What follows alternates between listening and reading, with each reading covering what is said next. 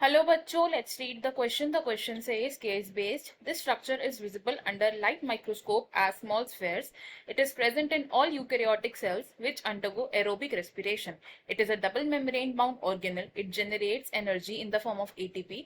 It has inner folds called cristae which help in increasing the surface area for absorption. They have their own DNA, RNA and ribosome through which they are able to replicate and form proteins, hence known as the semi-autonomous organelles. हमारे पास एक passage दिया है। Passage में बताया गया है कि इस क्वेश्चन में हमारे पास जो फिगर दिया है ये लाइट माइक्रोस्कोप में स्मॉल स्फेयर्स की तरह विजिबल होता है। सभी यूकेरियोटिक सेल्स में ये स्ट्रक्चर प्रेजेंट होता है जिनमें एरोबिक रेस्पिरेशन होती है। ये एक डबल मेम्ब्रेन बाउंड ऑर्गेनल है जो एनर्जी को जनरेट करता है in the form of ATP. इस ऑर्गेनल के इनर फोल्ड्स को हम क्रिस्टे कहते हैं जो सरफेस एरिया को इंक्रीज करने में हेल्प करते हैं। इनमें डीएनए, आरएनए और राइबोसोम्स प्रेजेंट होते हैं जिनके थ्रू ये रेप्लिकेट कर सकते हैं एंड प्रोटीन्स फॉर्म कर सकते हैं। इस वजह से इन्हें सेमी ऑटोनॉमस ऑर्गेनल्स कहा जाता है। First question, identify the cell organelle and mention its common name. A, plastids, kitchen of the cell. B, mitochondria, power house of the cell. C, lysosome, suicidal bag of the cell. D, ribosome, factory of protein. Question number 2. Name the components labeled as X, Y, and Z in the diagram. A. Crista, mitochondrial matrix and DNA. B. Crista, DNA molecule and mitochondrial matrix. C. DNA, mitochondrial matrix and lumen. D. Mitochondrial matrix, Crista and DNA. Question number 3. What is the function of the component labeled as X? A. Site of Krebs cycle. B. Site of protein synthesis. C. Duplication of organelles. D. Increased surface area for respiration. Question number 4. Which structure of mitochondria act as site of the Krebs cycle? A. X label structure. B. Z label structure. C. Y label structure. D. None of these. इस question में हमारा जो की concept use होगा that is cell organelles. तो cell organelles होते हैं वो इंट्रासेल्यूलर स्ट्रक्चर्स जो स्पेसिफिक फंक्शंस को परफॉर्म करते हैं इन अ सेल। सबसे पहले अगर बात करें क्वेश्चन 1 की तो हमें आइडेंटिफाई करना है फिगर में दिए हुए सेल ऑर्गेनल को और उसका कॉमन नेम बताना है। तो हमारे पास इस फिगर में जो सेल ऑर्गेनल दिया है it is mitochondria of the cell. Mitochondria का स्ट्रक्चर कैसा होता है? It is a double membrane bound organelle. Double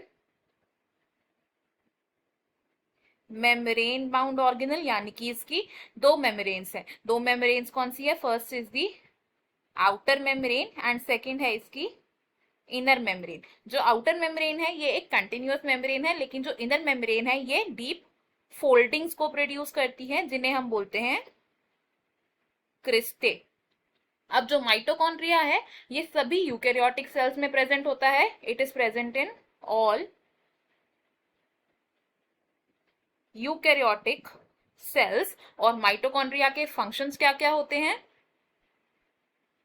functions of mitochondria में इंक्लूड किया जाता है कि ये एरोबिक रेस्पिरेशन में इन्वॉल्व होता है। एरोबिक रेस्पिरेशन में इन्वॉल्व होता है एंड इसका सेकंड फंक्शन क्या है? ये एनर्जी को प्रोड्यूस करता है in the form of ATP. तो it is responsible for ATP production. अब एटीपी होती है सेल की एनर्जी करेंसी। अब क्योंकि माइटोकॉन्ड्रिया एटीपी को प्रोड्यूस कर रहा है इसीलिए माइटोकॉन्ड्रिया को हम बोलते हैं the power house of cell. So हमने यहां से क्या कंक्लूड किया कि गिवन ऑर्गेनल है माइटोकॉन्ड्रिया जिसे हम कॉमनली बोलते हैं power house of the cell. तो फर्स्ट क्वेश्चन में जो ऑप्शंस गिवन है इसमें हमारा करेक्ट आंसर होगा ऑप्शन बी। बाकी क्या ऑप्शंस हो जाएंगे? रॉन्ग। नेक्स्ट बात करते हैं अब क्वेश्चन नंबर 2 की। इस क्वेश्चन में हमें X, Y and Z label structures को आइडेंटिफाई करना है। गिवन ऑप्शंस में से करेक्ट ऑप्शन को चूज करना है। तो लेट्स स्टार्ट विद आंसर 2। तो इस डायग्राम में एक्स लेबल स्ट्रक्चर है क्रिस्टे जो डीप फोल्डिंग्स फॉर्म करती है इनर मेम्ब्रेन। अब इनर मेम्ब्रेन जिस स्पेस को एनक्लोज कर रही है उस स्पेस को रिप्रेजेंट किया गया है वाई से जिसे हम बोलते हैं माइटोकॉन्ड्रियल मैट्रिक्स। और जेड लेबल्ड रीजन है the DNA present in the mitochondria. तो हम यहां क्या लिख सकते हैं? X is crista, Y is mitochondrial matrix and Z is DNA। तो ऑप्शंस अगर देखें तो इनमें से हमारा जो करेक्ट आंसर है वो होगा ऑप्शन ए। बाकी के ऑप्शंस इसमें रॉन्ग हो जाएंगे एंड क्वेश्चन 2 का हमारा करेक्ट आंसर है ऑप्शन ए। क्वेश्चन 3 की अगर हम बात करें तो इस क्वेश्चन में हमें बताना है कि जो एक्स लेबल्ड स्ट्रक्चर है उसका फंक्शन क्या है।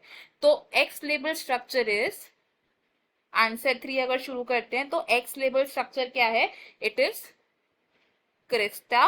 और क्रिस्टा का रोल क्या होता है, ये सरफेस एरिया को इंक्रीज करता है, it increases the surface area for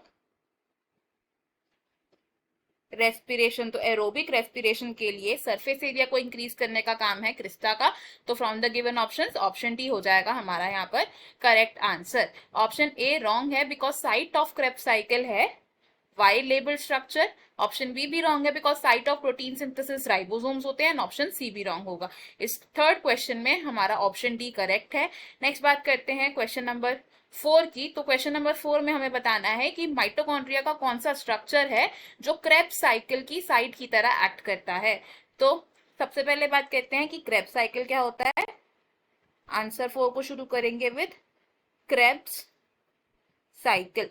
Krebs cycle होता है a part of aerobic respiration. और ये साइकिल कहां पर अकर होती है, it occurs in the mitochondrial matrix. और माइटोकॉन्ड्रियल मैट्रिक्स है फिगर का वाई लेबल्ड स्ट्रक्चर। तो इस क्वेश्चन में हमारा आंसर हो जाएगा option C, that says Y labelled structure. Option A wrong हो जाएगा because X region structure surface area को इंक्रीज करने में हेल्प करता है। ऑप्शन बी भी रॉन्ग हो जाएगा बिकॉज जेड रीजन है the DNA and option D भी रॉन्ग होगा। तो हमें हमारे सभी क्वेश्चंस का आंसर मिल गया। I hope you understood it well. Best of luck. Thank you.